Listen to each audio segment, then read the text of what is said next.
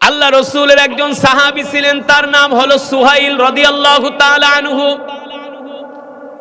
হযরত আমর বিন সুহাইল রাদিয়াল্লাহু তাআলা আনহু তিনি যখন কালেমা পড়ে মুসলমান হন, তিনি যখন মক্কার জমিনে কালেমা পড়ে মুসলমান হন, সুহাইল বিন আমর রাদিয়াল্লাহু তাআলা আনহু তিনি এক সময় ছিলেন একজন গরিব মানুষ, কিন্তু আল্লাহ তাআলা তাকে অনেক সম্পদ দিলেন।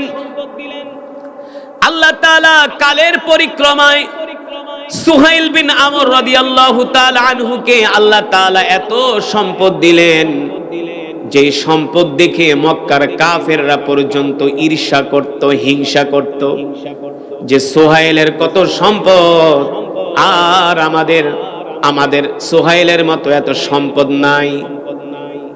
কিন্তু রাসূলের সাহাবী হযরত সুহাইল রাদিয়াল্লাহু তাআলা আনহু সম্পদের মোহে পড়ে, দুনিয়ার মোহে পড়ে কখনো আল্লাহ তাআলার দ্বীন ছেড়ে দেয় নাই। কিন্তু এই সমাজে এমন কিছু মুসলমান আছে, টাকা পয়সা হইলে, অর্থ সম্পদ হইলে আর তাকে মসজিদে খুঁজে পাওয়া যায় না, আছে না?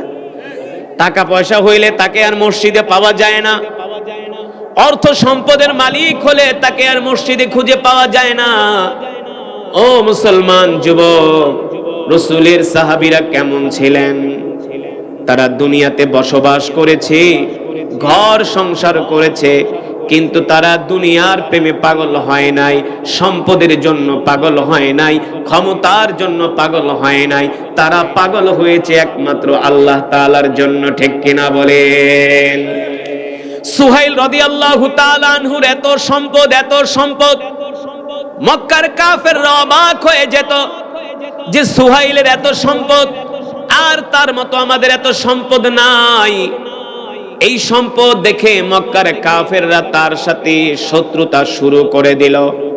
সুহাইল রাদিয়াল্লাহু তাআলা আনহু এই সম্পদের কারণে মক্কার কাফেররা তার বিরুদ্ধে চতুর্দিকে প্রোপাগান্ডা শুরু করে দিল।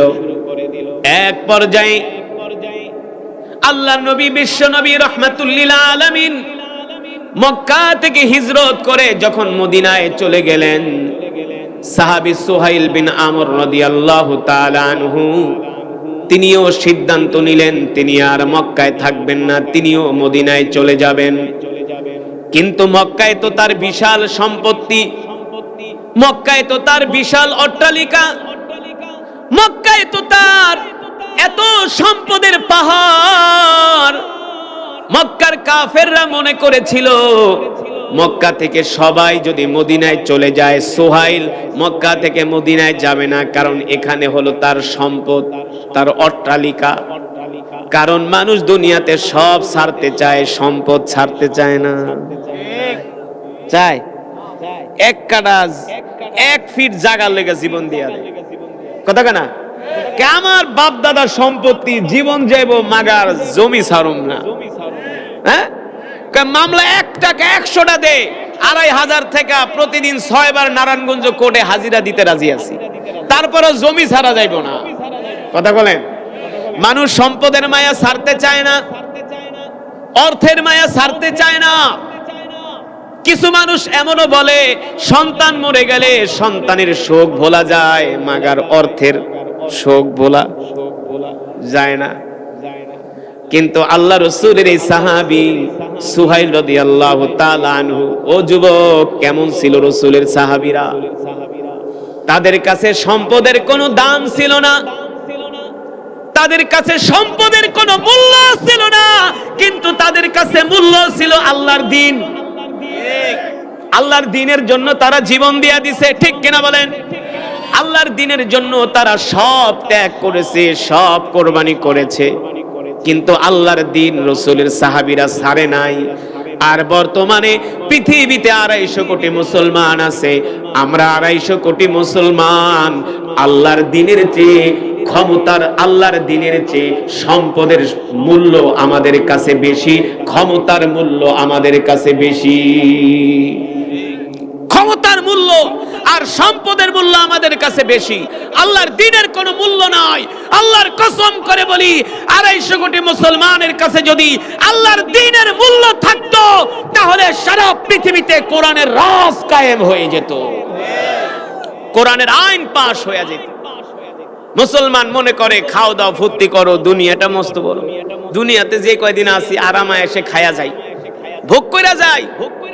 তারা মনে করে দুনিয়ার জিন্দেগিটা হলো ভোগ বিলাসের জীবন। আসলে মুমিনের জন্য দুনিয়া নয়, মুমিনের জন্য হলো জান্নাত।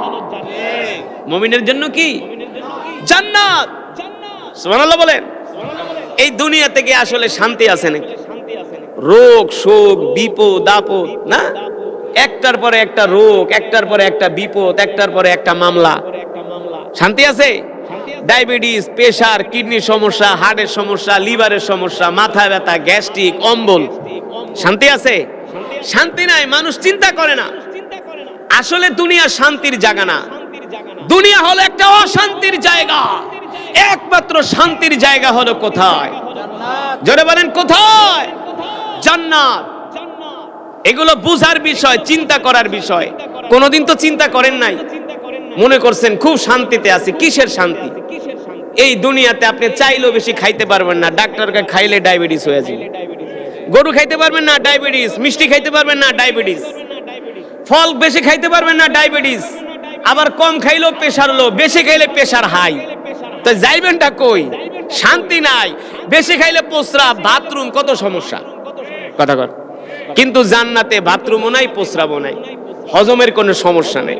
যত খাওয়া খাইবেন, একটা ঢেকুর মারবেন, সব হজম হয়ে যাবে। সুবহানাল্লাহ বলেন।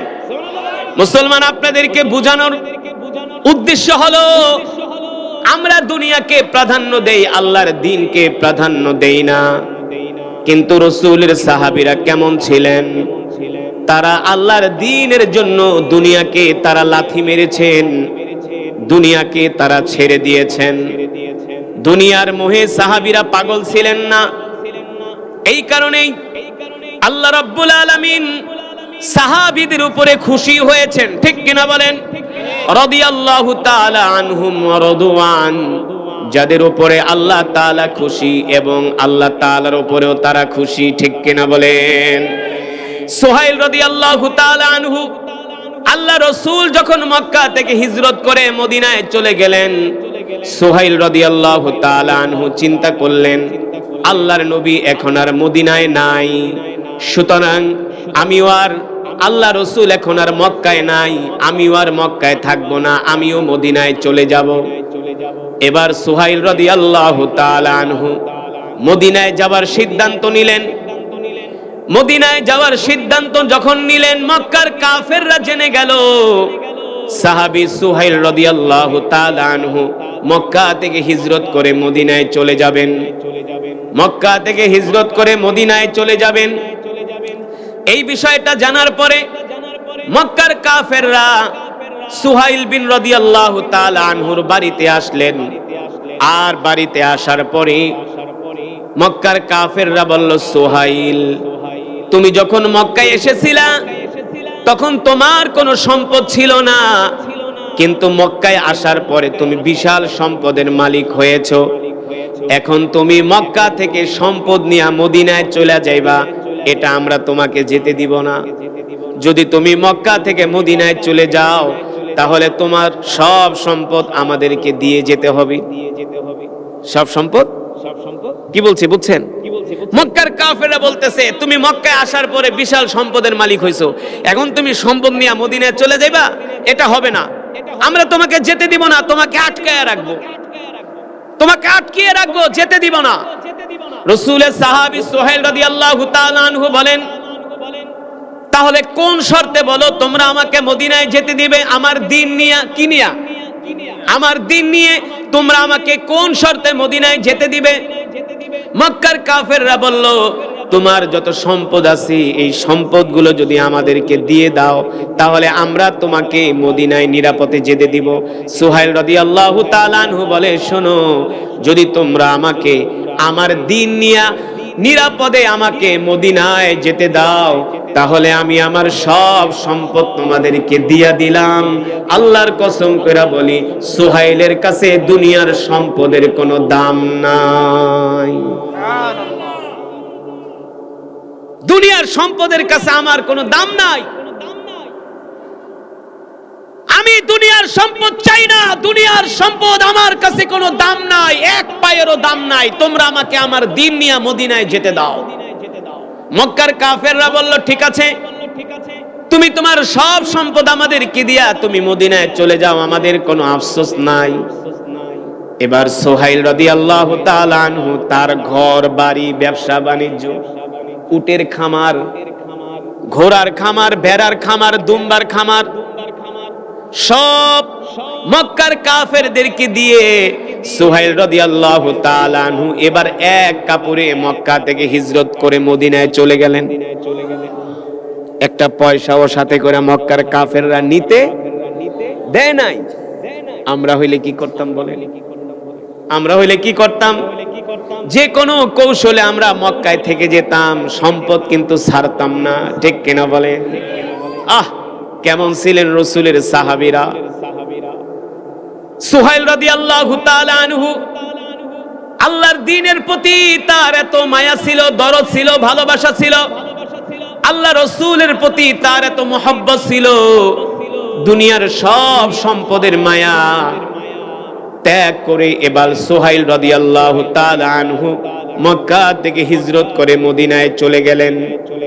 এই দৃশ্য আল্লাহ দেখছেন কি দেখছেন না? দেখেন নাই? আল্লাহ কি অন্ধ? আল্লাহ অন্ধ না, আল্লাহ সব দেখে। যুবক, আল্লাহ তাআলা পৃথিবীর এমন কোন বিষয় নাই আল্লাহর কাছে কোনো কিছু গোপন, সব আল্লাহ তাআলা দেখছেন। ইন্নাল্লাহা সামিউম বাসীর, সব দেখে, সব শুনে।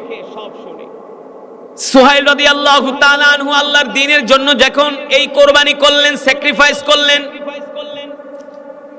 আল্লাহ তাআলা এত খুশি হয়ে গেলেন, সাথে সাথে আল্লাহ তাআলা সুহাইল রাদিয়াল্লাহু তাআলা আনহু এই কোরবানি দেখা আল্লাহ তাআলা কোরআনের আয়াত নাজিল করে দিলেন। জোরে বলেন সুবহানাল্লাহ। ওয়া মিনান নাসি মান ইয়াশতারি লাহুল হাদিস, আল্লাহ তাআলা কোরআনের আয়াত নাজিল করে দিলেন। সুহাইল রাদিয়াল্লাহু তাআলা আনহু মক্কা থেকে যখন মদিনায় গেলেন, তিনি যে আল্লাহ রাসূলের সাথে প্রথম দেখা করেন নাই, কিন্তু তিনি দেখা না করলে কি হবে আল্লাহ তাআলা আগে থেকেই জিবরাইলের মাধ্যমে আল্লাহ রাসূলকে জানায় দিয়েছেন। জিবরাইল যে বলছেন, ওগো আল্লাহ নবী, আপনার ওই সাহাবী সুহাইল তিনি মক্কা থেকে হিজরত করে মদিনায় চলে আসছে, আর তার সব সম্পদগুলো মক্কার কাফেররা রেখে দিয়েছে। তারপরও সে তার সব সম্পদ ছেড়ে একমাত্র দ্বীনের মহব্বতে, আপনার মহব্বতে মদিনায় চলে এসেছে। আপনার সাহাবী দ্বীনের জন্য এত কোরবানি করছে, আল্লাহ তাআলা খুশি হয়ে গেছে। সুবহানাল্লাহ বলেন।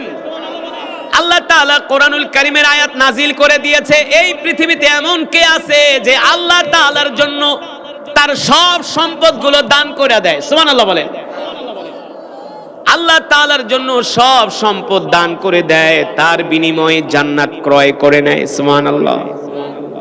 এবার সাহাবী সুহাইল রাদিয়াল্লাহু তাআলা আনহু মদিনায় যখন চলে গেলেন, আল্লাহ রাসূলের সাথে তার হঠাৎ করে দেখা হয়ে গেল। আল্লাহ রাসূল, আল্লাহর নবী সুহাইল রাদিয়াল্লাহু তাআলা আনহুকে দেখাই একটা মুস্কি হাসি দিলেন। সুবহানাল্লাহ বলবেন না? আল্লাহ নবী বললেন, সুহাইল, ও সুহাইল, তুমি আল্লাহ তাআলার সাথে যে ব্যবসা করছো, এই ব্যবসায় তুমি সফল হয়েছো। আর জোরে কান সুবহানাল্লাহ। তুমি আল্লাহ তাআলার সাথে যে ব্যবসা করছো, এই ব্যবসায় তুমি সফল হয়েছো। কোন ব্যবসা? কোন ব্যবসা? ওই যে আল্লাহর দ্বীনের জন্য সব সম্পদ রাইখা খালি হাতে মদিনায় চলে গেছে, শুধু দ্বীন নিয়া, কি নিয়া? দ্বীন, ইসলাম নিয়া মদিনায় চলে গেছে, মক্কা থেকে সব সম্পদ রাইখা গেছে। আল্লাহ রাসূল বলে, সুহাইল, তুমি আল্লাহ তাআলার সাথে যে ব্যবসা করছো, ওই ব্যবসায় তুমি সফল হয়েছো। আল্লাহু আকবার। আল্লাহ তাআলা জিবরাইলের মাধ্যমে আমাকে জানায় দিছে তুমি তোমার সব সম্পদ ছাইরা মক্কা থেকে মদিনায় চলে আসছো খালি হাতে, একমাত্র দিন নিয়া।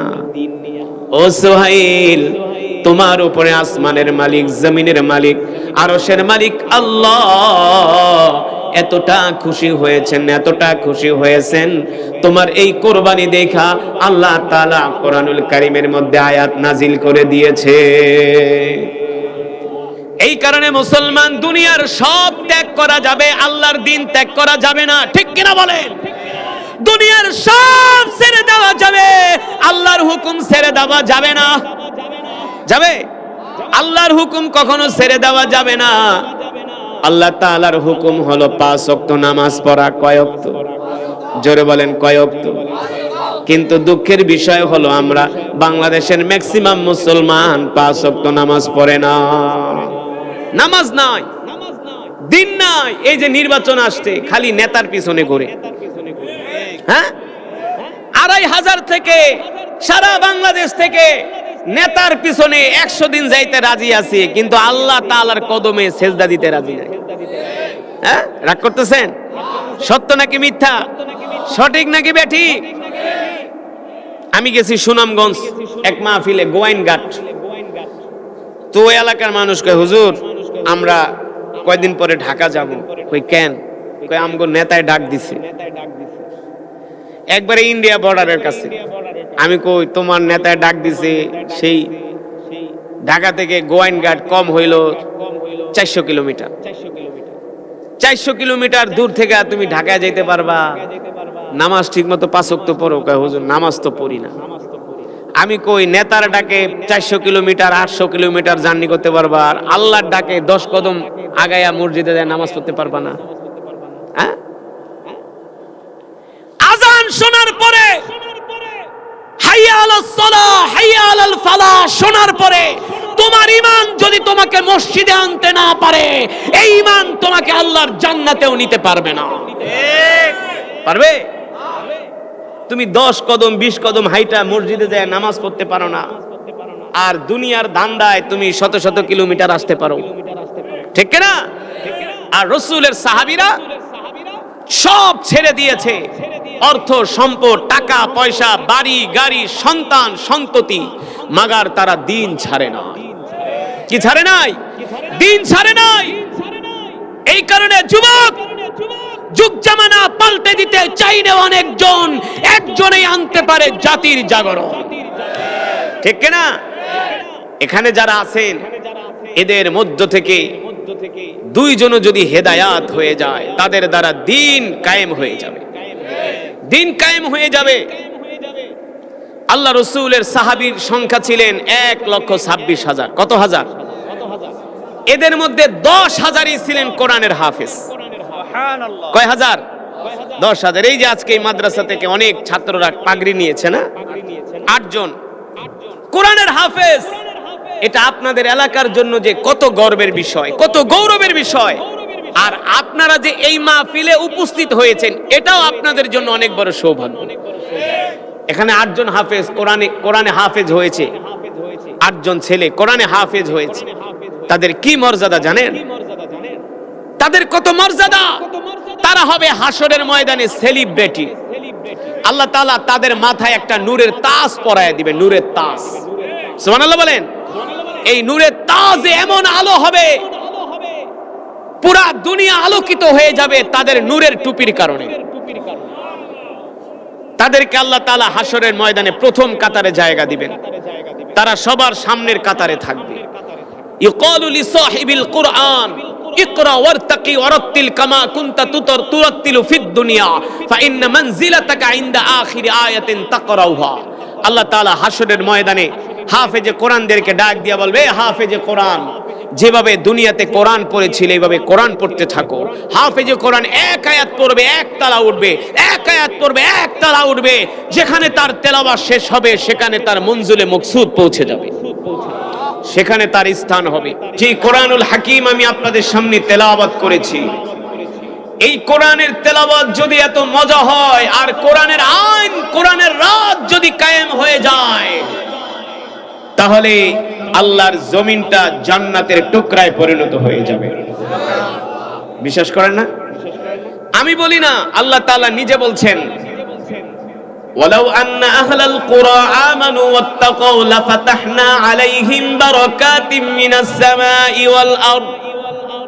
আমি বলি না, ও ২৫০০ মুসলমান, এটা দুনিয়ার কোন মানুষের কথা না, দুনিয়ার কোন নেতার কথা না। কার কথা? আল্লাহ তাআলার কথা। আল্লাহর কসম করে বলি, আল্লাহ তাআলা নিজে বলছেন, ওয়ালাউ আন্না আহলাল কুরা আমানু ওয়াত্তাকাউ লাফাতাহনা আলাইহিম বারাকাতিম মিনাস সামাই ওয়াল আরদ। আল্লাহ রাব্বুল আলামিন বলেন, নবী দুনিয়ার মানুষদেরকে বলে দেন, আমি আল্লাহ আপনার উপর যেই কোরআন নাজিল করেছি, আমার বান্দারা ৫ ওয়াক্ত নামাজ, ৫ ওয়াক্ত সালাত আদায় করার পরে যদি আমার জমিনে আমার কোরআনের শাসন প্রতিষ্ঠা করত, তাহলে আমি আল্লাহ আসমান থেকে জমিন থেকে তাদের জন্য বরকত বের করে দিতাম। আল্লাহ বলছে, তোমরা যদি আমার জমিনে আমার কোরআনের শাসন প্রতিষ্ঠা করো, তাহলে আমি আল্লাহ জমিন থেকে তোমাদের জন্য বরকত বের করে দিতাম। সুবহানাল্লাহ বলেন। এখন যদি খেতে ফসল হয়, ১ কড়ায় ১ মণ আল্লাহর কোরআনের শাসন প্রতিষ্ঠা হয়ে গেলে ১ কড়া জমিনে ফসল হবে তার চেয়ে আরো ১০ গুণ।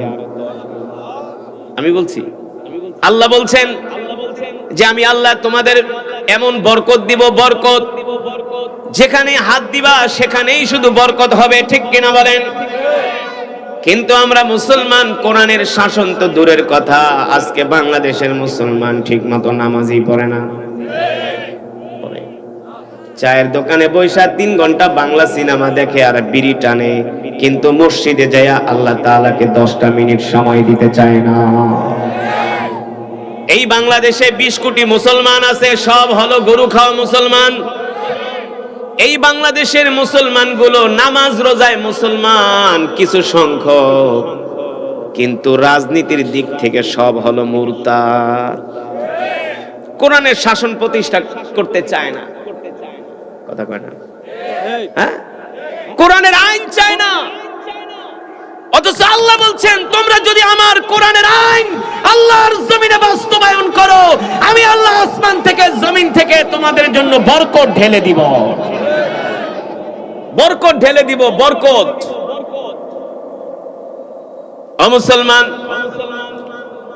এত সুন্দর ওয়াজ মাহফিল হচ্ছে, ঠান্ডাও নাই, আছে আজকে তেমন শীতও নাই, কিন্তু এই যতটুকুন প্যান্ডেল করা হয়েছে, অত্র এলাকার সব মুসলমান যদি কোরআনের মাহফিলে আসতো, এটার 2 প্যান্ডেলও জায়গা দেওয়া সম্ভব হতো না। কথা কন? কিন্তু এখানে যদি একটা গানের অনুষ্ঠান করা হতো, দেখতেন এটার 10 প্যান্ডেলেও জায়গা দেওয়া যেত না। মুসলমান আছে, মুসলমানের মুসলমানিত্ব নাই, মুসলমানের ঈমান দুর্বল, আল্লাহ তাআলার হুকুম মানে না, আল্লাহ তাআলার বিধান মানে না। আজকে মুসলমান কোরআন পড়তে পারে না, দ্বীনের প্রতি মুসলমানের দরদ নাই, দ্বীনের প্রতি ভালোবাসা নাই। এই কারণে আল্লাহ তাআলাও জমিনের ভিতরে আমাদের জন্য শান্তি দেন নাই। ঠিক কিনা বলেন? হতাশা, সব দিকে হতাশা, অশান্তি। আল্লাহ রাব্বুল আলামিন বলেন, নবী হে আমার, দুনিয়ার মানুষদেরকে বলে দেন, ওয়ানুনাজ্জিলু মিনাল কুরআনি মা হুয়া শিফাa'un ওয়া রাহমাতুল লিল মুমিনিন ওয়া লা ইয়াজিদুয যালিমিনা ইল্লা খাসারা। আল্লাহ রাব্বুল আলামিন বলেন, দুনিয়ার মানুষ, আমি আল্লাহ তোমাদেরকে যে কোরআন দিয়েছি, নবী আপনি বলে দেন, এই কোরআন আমি মুমিনের শেফার জন্য নাজিল করেছি। এই কোরআন হলো মুমিনের জন্য শেফা, মুমিনের জন্য মুক্তি। ঠিক কিনা বলে? কিন্তু বাংলাদেশের ম্যাক্সিমাম মুসলমান কোরআন পড়তে পারে না, শুধু আলেমরা বাদ দিয়া পারে। আজকে মুসলমান কোরআন পড়ে না, কোরআন বোঝে না, অথচ এই কোরআন আল্লাহ তাআলা নাজিল করেছে কোরআন পড়ার জন্য। ঠিক কিনা? আল্লাহ রাসূল বলেন আহলুল কুরআন হুম আহলুল্লাহ, যারা দুনিয়ার জমিনে আল্লাহর কোরআন পড়ে তারা হলো আল্লাহর পরিবারভুক্ত। যারা দুনিয়ার জমিনে আল্লাহর কোরআন পড়বে, আল্লাহর কোরআনকে ভালোবাসবে, আল্লাহর নবী বলেন তারা হলো আল্লাহ তাআলার পরিবার, আল্লাহ তাআলার পরিবারের সদস্য হবে হাসরের ময়দানে। বাংলাদেশের মুসলমানের সবচেয়ে বড় দুর্বলতা হলো তারা কোরআন পড়তে জানে না।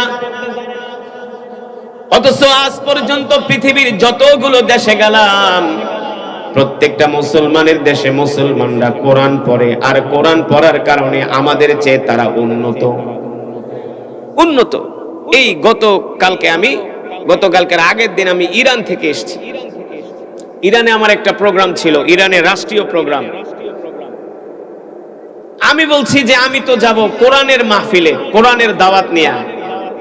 আর কোরআনের দাওয়াত নিয়ে যদি কেউ কোনো ভূখণ্ডে যায়, সেখানে যদি সে ইন্তেকাল করে, আল্লাহ তাকে শহীদের মর্যাদা দিবে। ওমা তাদরি নাফসুম মাযা তাকসিবু গাদা ওমা তাদরি বিআই আরদিন তামুত। আল্লাহ তাআলা বলছেন, নবী আপনি বলে দেন, মানুষ জানে না আগামীকাল সে কি খাবে, আর মানুষ জানে না কোন জমিনে তার মৃত্যু হবে।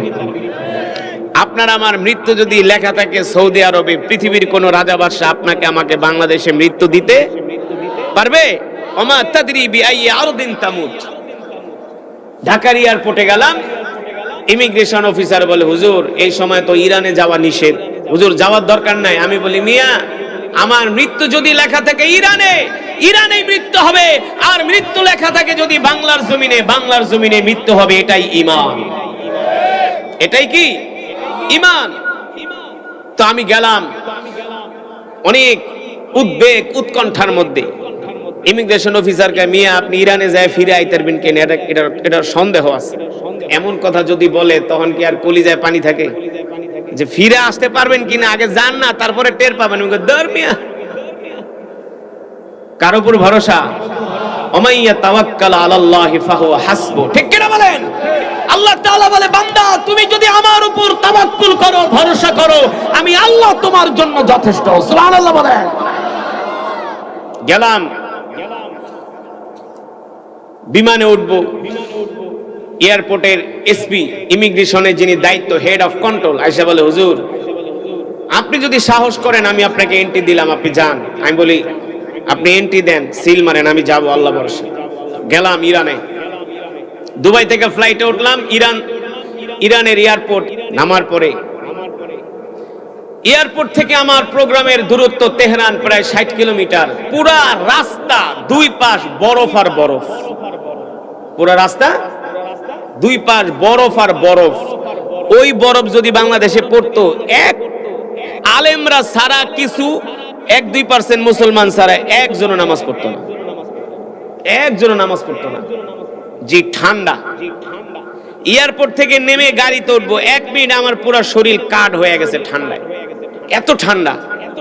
তো হোটেলে গেলাম। আল্লাহ তাআলা কোরআনুল কারীমের মধ্যে বলছেন, কুল সিরু ফিল আরদি ফানজুরু কাইফা কানা আকিবাতুজ জালিমিন, যে তোমরা আমার জমিন ভ্রমণ করো। কি করো? ভ্রমণ করো। জমিন ভ্রমণ করলে ঈমান বাড়ে। এই কারণে টাকা হইলে শুধু ঘুরবেন, কি করবেন?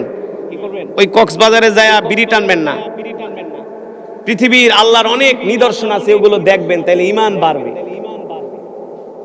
এবার গেলাম হোটেলে, ওরা আমাকে বলল, হযরত শেখ আপনার তেলাওয়াতের শিডিউল হলো রাত 10:30টায়। 30টা দেশ থেকে, পুরো পৃথিবীর 30টা দেশ থেকে আন্তর্জাতিক ইসলামিক স্কলার, আন্তর্জাতিক কারি সবাই ওই সময় তেহরানে। তো আমি বললাম, মিয়া তুমগো দেশে যে বরফ পড়ে, রাত 10:30 বাজে কি প্রোগ্রামে লোক থাকবে নাকি? আপনি শুধু আইসাই দেখেন, আপনি শুধু এসেই দেখেন। তো আমি রাত 10টার দিকে আমার জন্য গাড়ি পাঠাইলো। বিকালে যে শীত ছিল, সন্ধ্যার পরে তো মানে একদিকে ঠান্ডা আর একদিকে হচ্ছে স্নো পড়ে, স্নো, বরফের বৃষ্টি। মানে কি যে ঠান্ডা এটা আপনার বুঝাতে পারবো না। তো ওই গাড়ি আমাকে একটা নিয়ে আসছে নেওয়ার জন্য প্রোগ্রামে। পুরা গাড়ি দেখে যে একেবারে বরফে ঢেকে গেছে, 1-2 মিনিটে পুরা গাড়ি বরফ হয়ে যায়। পুরা বরফ পড়ে যায়। তো ওই ড্রাইভার কি করতেছে, লোহার একটা কি দিয়ে যেন বরফগুলো এভাবে কেটে কেটে গাড়ির গেট খুলে আমাকে ভিতরে ঢুকাইছে। আমি কই, তাড়াতাড়ি হিটার দাও, মানে এত ঠান্ডা।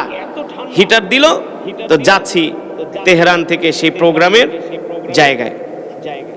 তো সেই প্রোগ্রামের জায়গায় যখন গেলাম, এলাহি কাণ্ড, পুরা প্রোগ্রামের যেই এরিয়াটা চতুর্দিকে গাড়ি নিয়ে আসছে সব ইরানের মায়েরা তাদের ছোট ছোট মেয়েদেরকে বোরকা পরিয়ে, বাবারা তার ছেলেদেরকে শীতের ড্রেস পরিয়ে, এই ঠান্ডার ভিতরে হাজার হাজার মানুষ, হাজার হাজার মানুষ।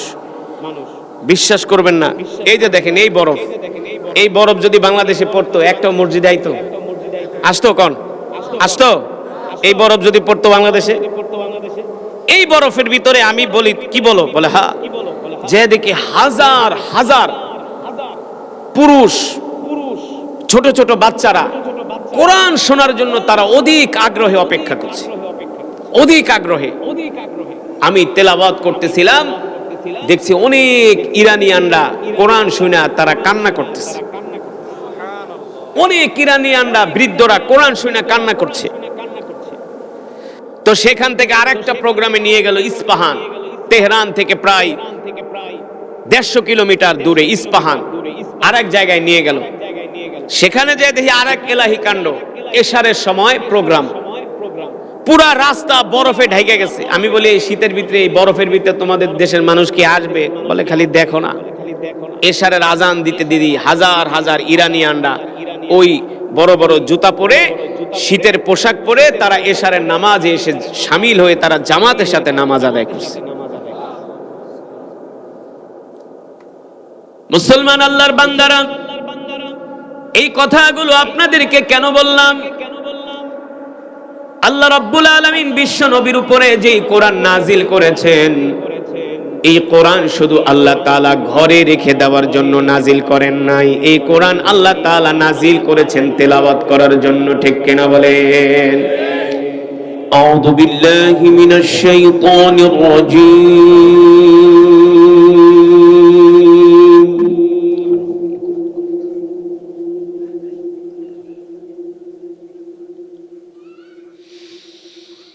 বিসমিল্লাহির রহমানির রহিম।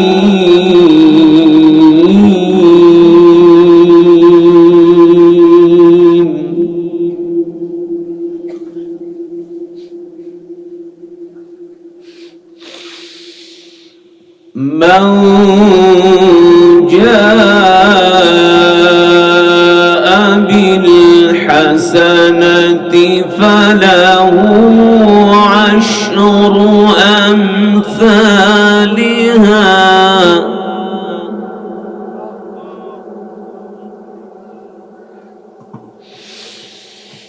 ومن جاء بالسيئة فلا يجزى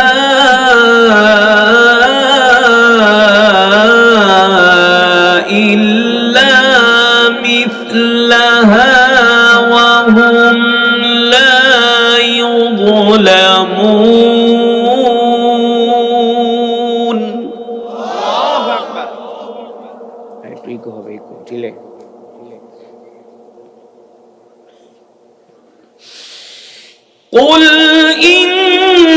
إنني هداني ربي إلى صراط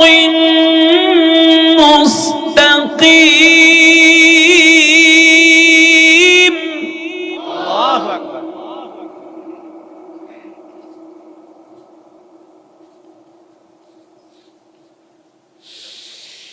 قل إنني هداني ربي إلى صراط مستقيم. الله أكبر.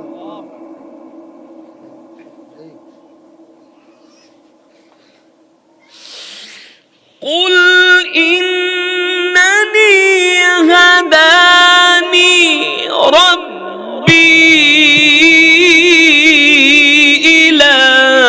صراط مستقيم دينا قيما ملة إبراهيم حنيفا. الله التكبير، الله أكبر. دينا قيما ملة إبراهيم حنيفا وما كان من المشركين.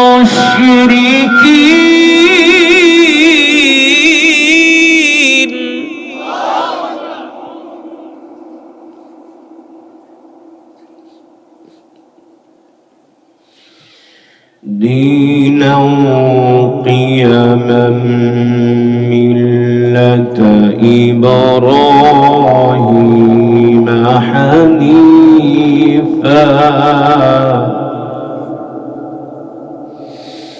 دينا قيما ملة إبراهيم حنيفا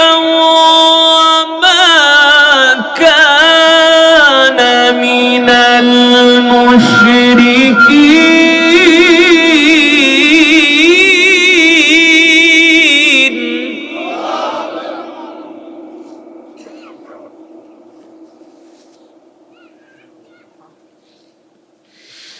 قل إن صلاتي ونسكي ومحياي ومماتي لله رب العالمين. الله أكبر.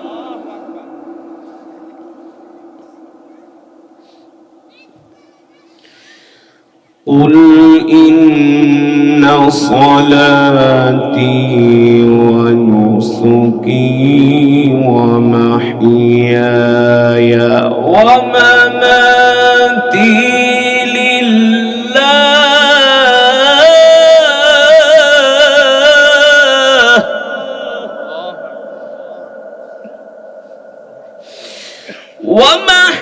ومحياي ومماتي لله رب العالمين.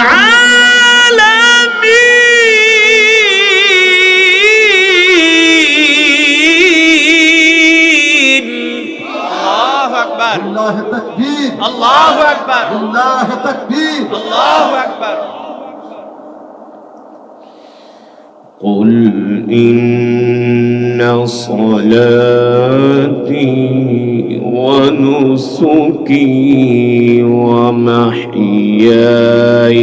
ومماتي لله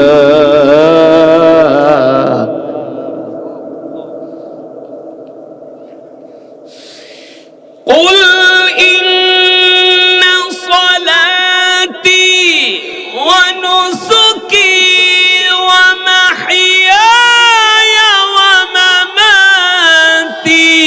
لله رب العالمين.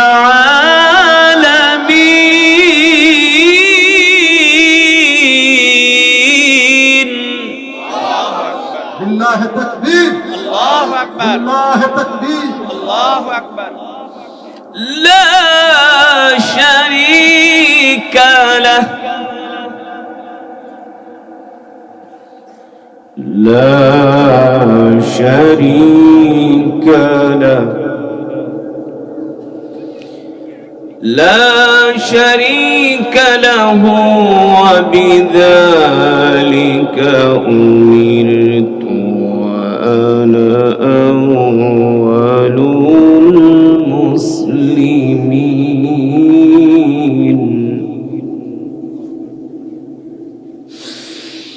قل إن صلاتي ونسكي ومحياي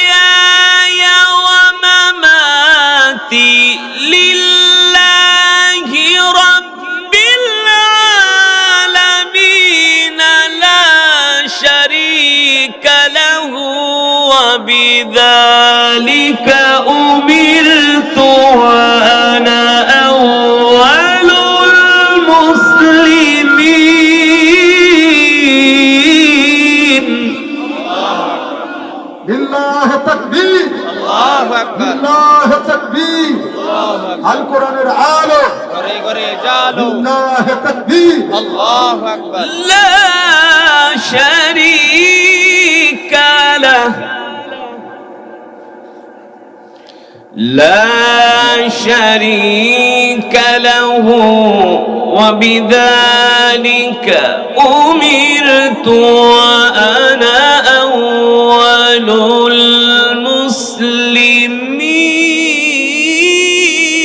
المسلمين الله أكبر لا شريك له لا شريك له وبذلك أمرت وأنا أول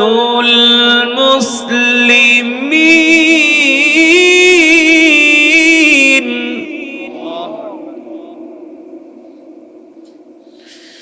الله أكبر ولله الحمد بسم الله الرحمن الرحيم قل هو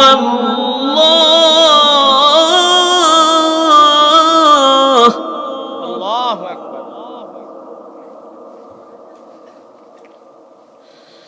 بسم الله الرحمن الرحيم قل هو الله أحد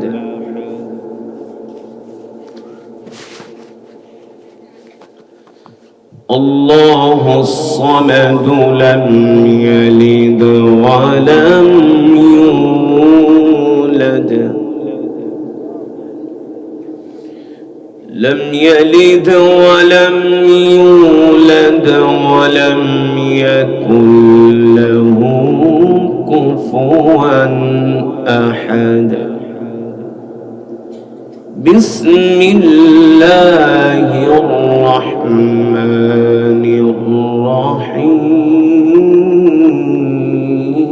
الرحيم بسم الله الرحمن الرحيم قل هو الله قل هو الله أحد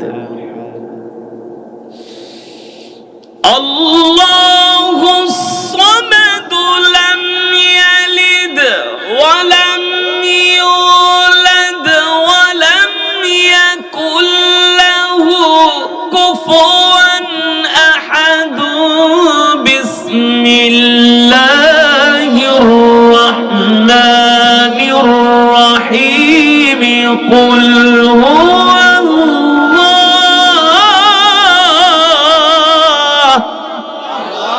নারে তাকবীর الله أكبر লিল্লাহ তাকবীর الله আল أكبر কোরআনের আলো ঘরে ঘরে জালো بسم الله الرحمن الرحيم قل هو الله أحد الله الصمد لم يلد ولم يولد ولم يكن له كفوا أحد لم يلد ولم يولد ولم يكن له كفوا أحد لم يلد ولم يولد ولم يكن له كفوا أحد صدق الله العلي العظيم আমরা সকলেই বলি আলহামদুলিল্লাহ। আর এই কোরআনের জন্য বিশ্বনবী রাহমাতুল লিল আলামিন উহুদের ময়দানে দান মোবারক শহীদ করেছেন, তায়েফের ময়দানে আল্লাহর নবী কোরআনের জন্য রক্ত দিয়েছেন, ঠিক কিনা বলেন?